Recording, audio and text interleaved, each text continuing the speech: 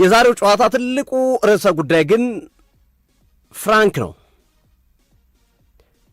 ይሄ ሰው ሳያስበው ሳይገምተው እውቅና ያገኘ ባላሰበውና ባልገመተው ሁኔታ ዓለም በሙሉ እንዲነጋገርበት ያደረገ ሰው ነው ፍራንክ። 2024 ላይ ኤሪክ ቴን ሃግ በነበሩበት ዘመን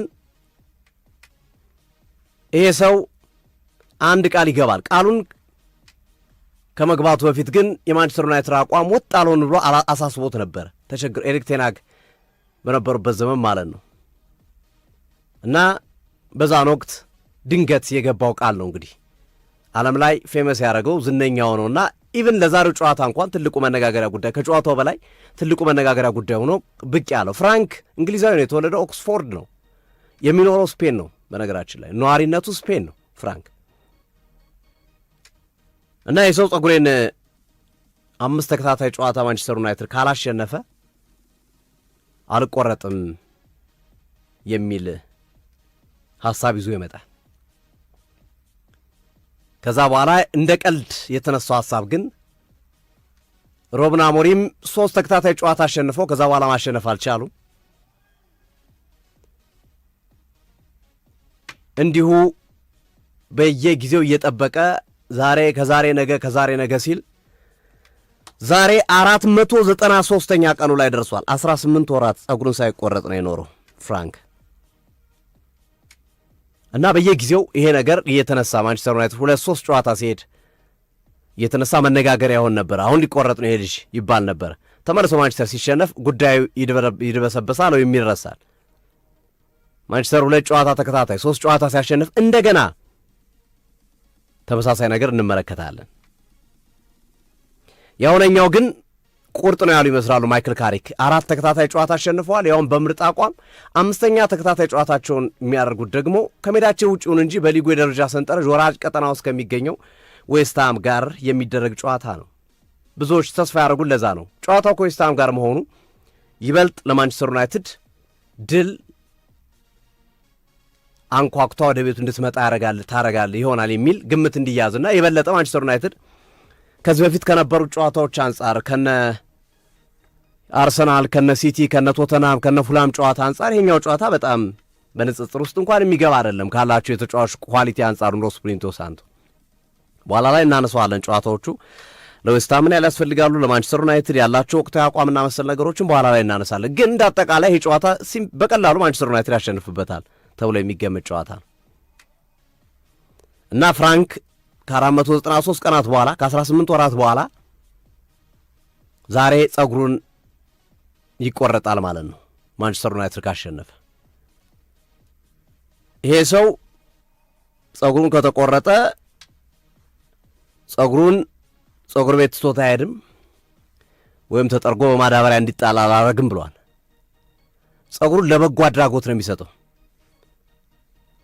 ለበጎ አድራጎት ድርጅት ነው የሚሰጠው። እንግሊዝ ውስጥ ሕፃናቶች ጋር በተያያዘ የሚሰራ አንድ በጎ አድራጎት ድርጅት አለ። ይሄ በጎ አድራጎት ድርጅት በህመም ምክንያት ጸጉር ለሌላቸው ሕፃናት በተለያዩ ህመም ምክንያቶች ማለት ነው ዊግ ወይም አርቲፊሻል ጸጉር ይገጥምላቸዋል ለሕፃናቶቹ። ያንን የሚሰራ ተቋም ነው። ስለዚህ ይህንን ጸጉር ከፈለጉ በጨረታ ሽጠው መጠቀም ይችላሉ ገንዘቡን። አለበለዚያ ደግሞ ጸጉሩን በላቦራቶሪ አሳይተው ለሚፈልጉት አገልግሎት ሕፃናቶች ጸጉራቸው ለሚነቃቀልና መሰል ከጸጉሩ ጋር ችግር ላለባቸው ሕፃናቶች የበጎ አድራጎት እንዲውልልኝ ያደርጋለሁ ብሏል ፍራንክ።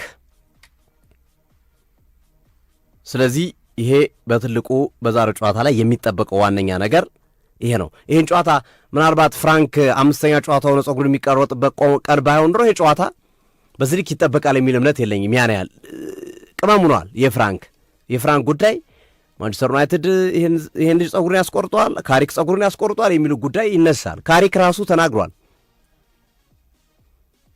ማይክል ካሪክ ምንድን ነው ያነሳው ነገር? ልጆቼ ቤት በገባው ቁጥር ስለዚህ ጉዳይ ይጠይቁኛል። ቤት በገባው ቁጥር ይጠይቁኛል። እንዴት ነው እያሉ ይጠይቁኛልና አዌር ነኝ፣ አውቀዋለሁ። ሚዲያም አያለሁ፣ አውቀዋለሁ፣ አዌር ነኝ። ግን እንደ ትልቅ ርዕሰ ጉዳይ አድርገን በልምምድ ቦታ ላይ ግን ተነጋግረንበት አናቅም፣ ወይም ተወያይተንበት አናቅም። ቢኮዝ እኛ ፕሮፌሽናል ነን፣ እኛ ስራችን ነው እንጂ የምንሰራው ከሌን ጸጉር እናስቆርጥ ምናምን የሚል ሐሳብ የለንም። ግን አዌርድ ነኝ፣ እኔም ተጫዋቾችም ያውቁታል። ይህንን ነገር ሳንነጋገር እንግባባለን ነው ያለው። ስለዚህ ዛሬ የመጨረሻው ቀን ይሆናል ብዬ አስባለሁ፣ እንዲሆንም እንፈልጋለን የሚል አስተያየታቸውን አስቀምጧልና ሞር ልጆቼ ናቸው በተደጋጋሚ የሚጠይቁኝ የሚጨቀጭቁኝ ሲል ነው ማይክል ካሪክ የተናገረው ከዚህ ደጋፊ ጋር በተያያዘ። እኔ በዚህ ልክ አንድ ደጋፊ መነጋገሪያ ሲሆን ብዙም አልገጠመኝም። በጣም ትልቅ መነገር ለዓመታት ኦልሞስት 18 ወር ማለት 2 ዓመት ሊሆን 6 ወር የቀረው እኮ ነው። ለዚህ ያህል ጊዜ መነጋገሪያ ሆኖ የቀጠለ ሰው ነው። በጣም ከፍተኛ ተከታይ አፍርቷል። ማህበራዊ ሚዲያ ላይ ኢንስታግራም፣ ቲክቶክ እና መሰል ማህበራዊ ሚዲያዎቹ ላይ በጣም ከፍተኛ ተከታይ አግኝቷል። ይሄ ሰው ኢቭን ከፊልምስናውና ከዝነኝነቱ ጋር ተያይዞ በርካቶች ስራ እያሰሩት እንደሚገኝ ማስታወቂያ ስራና መሰል ነገሮችን ጭምር ህይወቱንም በተወሰነ መንገድ የሚቀይር ሁኔታ ውስጥ እንደገባ በዚች አጋጣሚ የመረጃ ምንጮች እየጠቀሱ ይገኛሉ። በአንድ ወቅት ግን ታስታውሱ ከሆነ የማንቸስተር ዩናይትድ ደጋፊዎች ስፔሻሊ ከማን ጋር የነበረው ጨዋታ የመጀመሪያው ዙር ከዌስትሃም ጋር የነበረው ጨዋታ ይሆን ኦልድ ትራፎርድ ላይ ይሄ ሰውዬ ነው የእኛን ውጤት እያበላሸ ያለው፣ ጸጉሬን እቆረጣለሁ አልቆረጥም እያለ እየጨቀጨቀን ያለው በሚል ደጋፊዎች ጋር ከራሱ ደጋፊዎች ከማንቸስተር ዩናይትድ ደጋፊዎች ጋር ሲጋጭ ታይቷል። ወዲያ ጸጉርን ጣልን ቆርጠጣል ምናምን በሚል እሳቤ ማለት ነው። ተጫዋቾቻችን ስለ ጨዋታው ያስቡ ወይስ አንተ ጸጉር ይቆረጥ አይቆረጥ፣ አሰልጣኞቻችን ስለ አንተ ጸጉር ይቆረጥ አይቆረጥ ባርላክ ነህ። ያው ፈረንጆቹ መጥፎ ድል ብለው የሚያስቧቸው ነገሮች አሉና አንተ እንደዛ አይነት ነገር ነው ያለ በሚል ጸብ ሁሉ በአንድ ጨዋታ ላይ ያስታውሳሉ ተፈጥሮ መነጋገሪያ ነበረ ከዚህ ሰውዬ ጋር። አሁንም የማንቸስተር ዩናይትድ ደጋፊዎች የሚያነሱን ነገር አለ። ዛሬ ተቆርጦ ቢገላግለን ደስ ይለናል። ካለበለዚያ ግን ዛሬ ቢሸነፍም ባይሸነፍም ማንቸስተር ዩናይትድ ስለዚህ ጉዳይ ልንጨነቅ ልናስብ አይገባንም። መጥፎ ዕድላችን እንደሆነ እንድናስብ አንፈልግም። ወይም በዚህ ሁኔታ ደጋፊውም ሌላውም አካል መጨነቅ የለበትም የሚል የተቃውሞ ድምፅ የሚያሰሙ አሉ። ከፍተኛ ድጋፍ እንዳገኘ ያለበት ሆኖ ማለት ነው። ስለዚህ ዛሬ የሚያበቃለት ከሆነ ማንቸስተር ዩናይትድ ለካሪክም ለተጫዋቾችም ትልቅ ስኬት ነው። ባያበቃለትም ግን ምንም ከማንቸስተር ዩናይትድ የጨዋታ መንገድ ጋር ወይ የጨዋታ ሂደት ጋር የሚያገናኘው ነገር የለም። ነገር ግን አሁንም ባርላኩ ነው ይቀጥላል ወይ መጥፎ ድል አምስተኛ ላይ ሲደርስ አሁን ቢሸነፍ ብዙ የማንቸስተር ዩናይትድ ደጋፊዎች ጣቷቸውን ወደዚህ ሰውዬ ሊቀስሩ ይችላሉ። በቃ ቆርጠ ወዲያ ጣልልን፣ ያንተ ጸጉር ተቆረጠ አልተቆረጠ እያልን እያሰብን መጥፎ ድል ይዘብን እየመጣ ነው የሚል ሐሳቦችና ድምዳሜዎችን ሊያስቀምጡ እንደሚችሉ የመረጃ ምንጮች ያው ከደጋፊዎች የተሰበሰቡ ድምጾች በዛ መንገድ እያስረዱ ያሉበት ሂደት እንዳለ ለመመልከት ችለናልና ይሄኛው ትልቁ ጉዳይ ነው። እንደውም አንዳንዶች እንደ ቀልድም እንደ ጨዋታም ማንቸስተር ዩናይትድ ወደ ለንደን ሲመጣ ያው ደጋፊዎች ብዙ ጊዜ ቶሎ ስለሚመለሱ ሻንጣ አይዙም። የሚያደርጉት የክለባቸውን ማሊያ ዋሌታቸውንና ሻርፓቸውን አድርገው ነው የሚመጡት ለመደገፍ ደጋፊዎች እና ዛሬ መቀስም ይዞ እንዲመጡ መቀስና ቶንዶስ ይዞ መጥተው እዛው ስቴዲየም ውስጥም ቢሆን ያው ለጨዋታው ነው እንዲያደርጉ የሚለው ሐሳቦችም ጭምር እንዲነሱ ያደረገ ነው። የዚህ ልጅ መነጋገሪያነት በጣም ከፍ ያለ ከመሆኑ ጋር ተያይዞ ማለት ነው። እንግዲህ ምሽት ላይ እንመለከተዋለን። ሲሪየስ ወደ ጨዋታው ጉዳይ እንግባ። ማንቸስተር ዩናይትድ ወደ ለንደን መጥቶ 9 ጨዋታ አልተሸነፈም። ባለፉት 9 ጨዋታዎች ጥሩ ጉዞ ያረጉበት ሂደት ነው ያለው። ዛሬ የሚጋጠሙት ሁለቱ ቡድኖች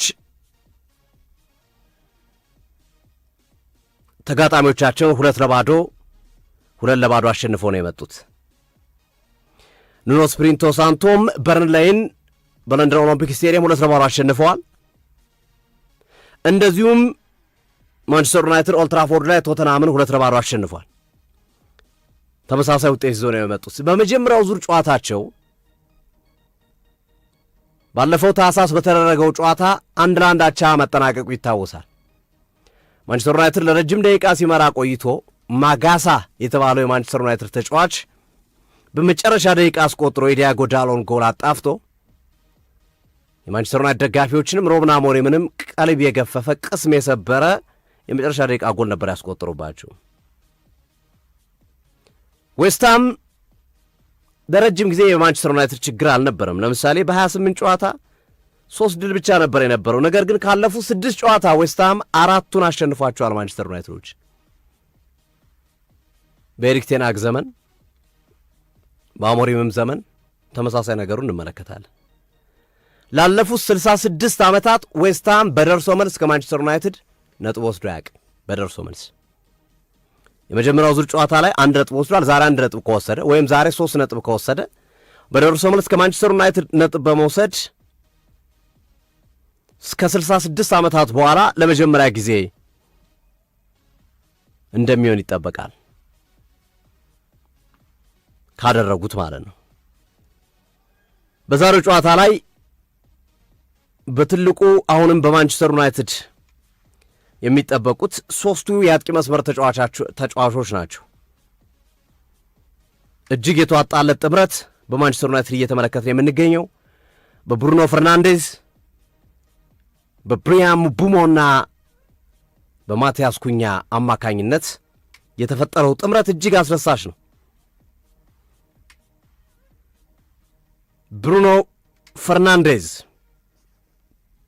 ይህ ተጫዋች ባለፉት 8 ከሜዳ ውጭ በተከናወኑ ጨዋታዎች ማንቸስተር ዩናይትድ 10 ጎሎች ላይ ተሳትፏል። 2 ጎል 8 አሲስት አስቆጥሯል። ከሜዳ ውጭ ባለፉት 8 ጨዋታዎች 10 ጎል ላይ ተሳትፏል። በጣም አስደናቂ ቁጥር ነው። የአሲስቱን በድምር የምታውቁት ነው። 13 አሲስት አለው። ለ20 እየገሰገሰ ነው ገና ስለሆነ ውድድሩ። በማንቸስተር ዩናይትድ ማሊያ ለመጨረሻ ጊዜ በአንድ የውድድር ዓመት 8 አሲስት ከሜዳ ውጭ ያደረገው ራያን ጊግስ ነው። ስለዚህ ዛሬ 1 አሲስት ከጨመረ የራያን ጊግስን ክብረ ወሰን ይሰብራል። በአንድ ዓመት ብዙ አሲስት በማድረግ ከሜዳ ውጭ ነው ያልኩት። ከሜዳም አይደለም፣ ከሜዳ ውጭ በአንድ ዓመት ብዙ አሲስት ያደረገው ጊግስ ነው። ከሜዳ ውጭ 8 አሲስት በማድረግ ስለዚህ ይህንን ክብረ ወሰን ዛሬ 1 አሲስት ካደረገ ይጋራል። 2 አሲስት ካደረገ አዲስ ክብረ ወሰን በማንቸስተር ዩናይትድ እግር ኳስ ክለብ ውስጥ ያስመዘግባል። አስደናቂ ቁጥር ነው ፈርናንዴዝ በ31 ዓመቱ እንዲህ አይነት እጅግ ጥራት ያላቸው ቁጥሮችን ማሳየቱ በየዓመቱ ነው። በነገራችን ላይ ፈርናንዴዝ በማንቸስተር ዩናይትድ በቆየባቸው ያለፉት 4-5 ዓመታት የሚያስደንቅ ነገር ነው በየዓመቱ የሚያሳይና አሁንም ቀጥሏል። አንዱ የማንቸስተር ዩናይትድ ጥንካሬ እሱ ይመስላል። ሌላኛው ብሪያን ምቡሞ ነው። ብሪያን ምቡሞ 9 ጎሎች አስቆጥሯል። 9 ጎሎች አስቆጥሯል ብሪያን ምቡሞ። ማቲያስ ኩኛ በ5 የሜዳ ውጭ ጨዋታ ከሜዳ ውጭ ባደረጓቸው 5 ጨዋታዎች 4 ጎል አስቆጥሯል። ለዛ ነው ይሄ የፊት መስመር ጥምረት እጅግ በጣም አስፈሪና ለተቃራኒ ቡድን የሚያንቀጠቅጥ የሆነው አስደናቂ ነው። ማንቸስተር ዩናይትድ ዛሬ ለንደን ላይ ከ2019 በኋላ 3 ተከታታይ ድል ለማሳካት ይጫወታል። አርሰናልን አሸንፏል፣ ለንደን ላይ ክሪስታል ፓላስን አሸንፏል። ዛሬ ዌስትሃምን ካሸነፈ ከ7 ዓመታት በኋላ ለመጀመሪያ ጊዜ ለንደን ላይ 3 ተከታታይ ጨዋታ በማሸነፍ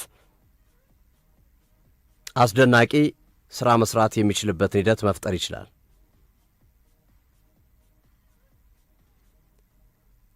በተመሳሳይ በዌስትሃም በኩልም ልክ እንደ ማንቸስተር ዩናይትድ ሁሉ እያንሰራራ ያለው የፊት መስመሩ ነው። ማንቸስተር ዩናይትድ ልክ ባይሆንም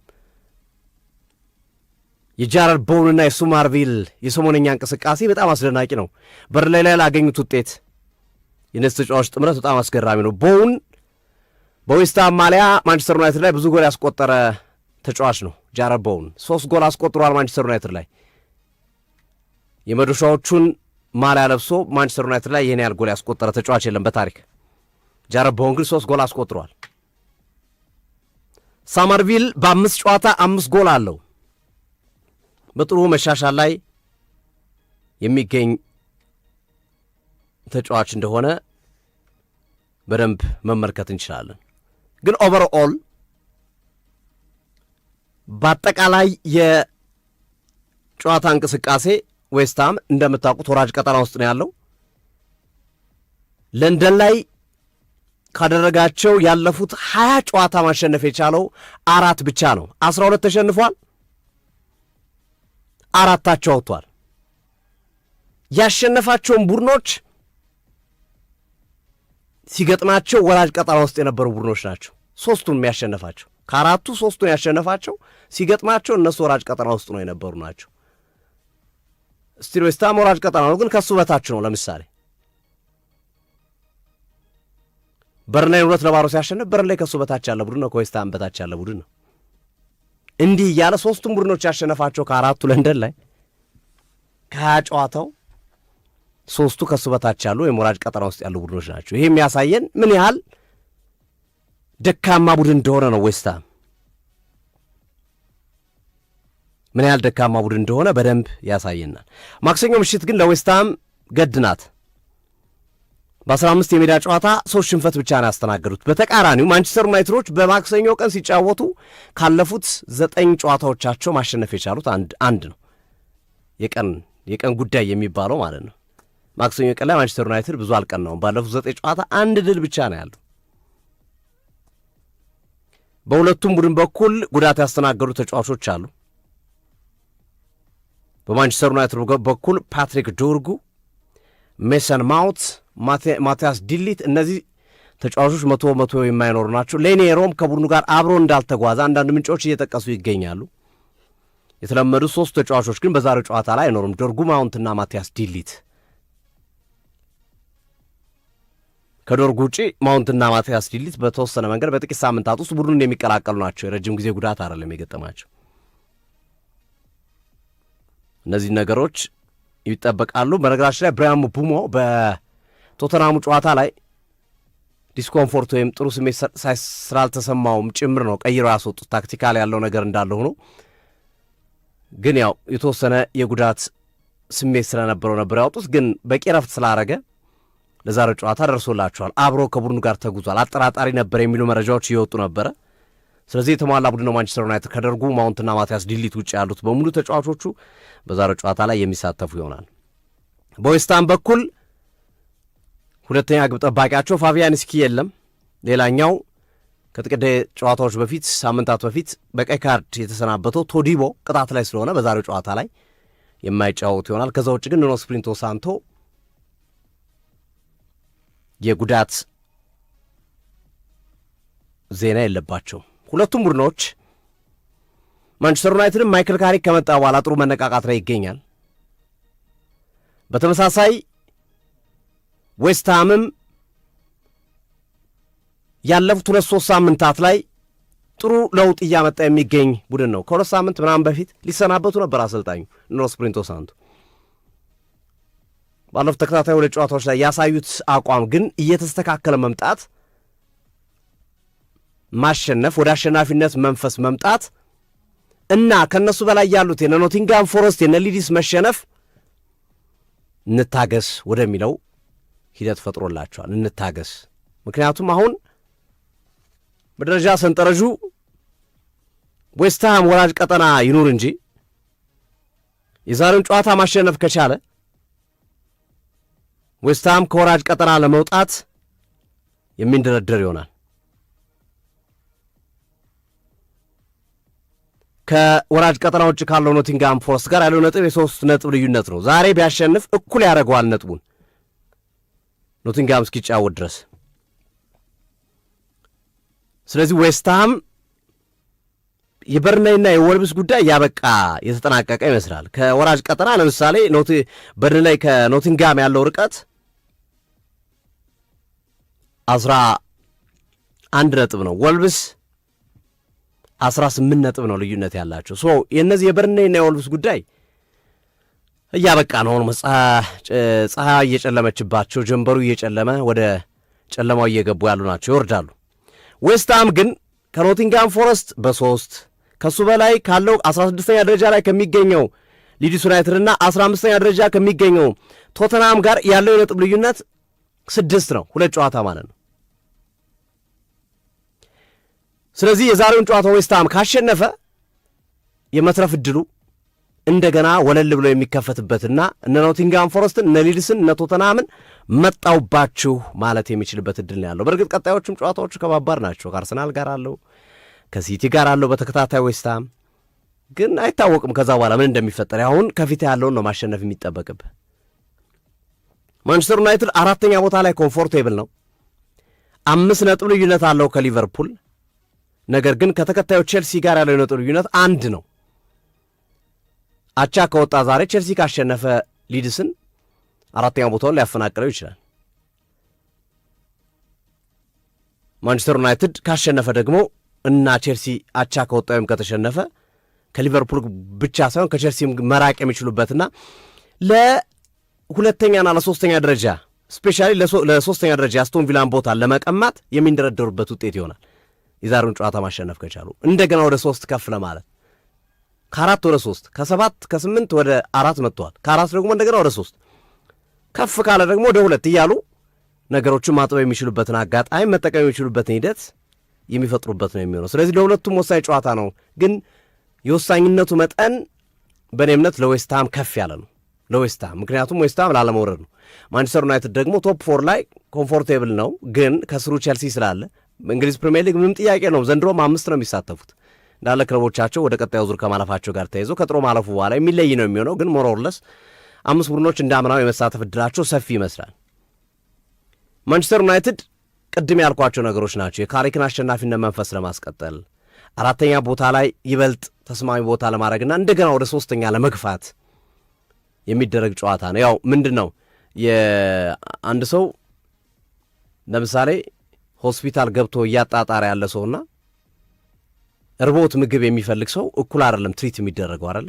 ለዛ ነው ልዩነቱን እንድትረዱት የምፈልገው። ዌስትሃም የሞት ሽረት ጉዳይ ነው። ማንቸስተር ዩናይትድ ግን ዛሬ እንኳን ቢሸነፍ መልሶ ማስተካከል የሚችለው ነው። ግን ለሁለቱም ያስፈልጋቸው፣ ለሁለቱም ግን የሚፈልጉት ነገር ተገቢ አይደለም ማለት አይደለም። ሁለቱም ያስፈልጋቸዋል 3 ነጥብ።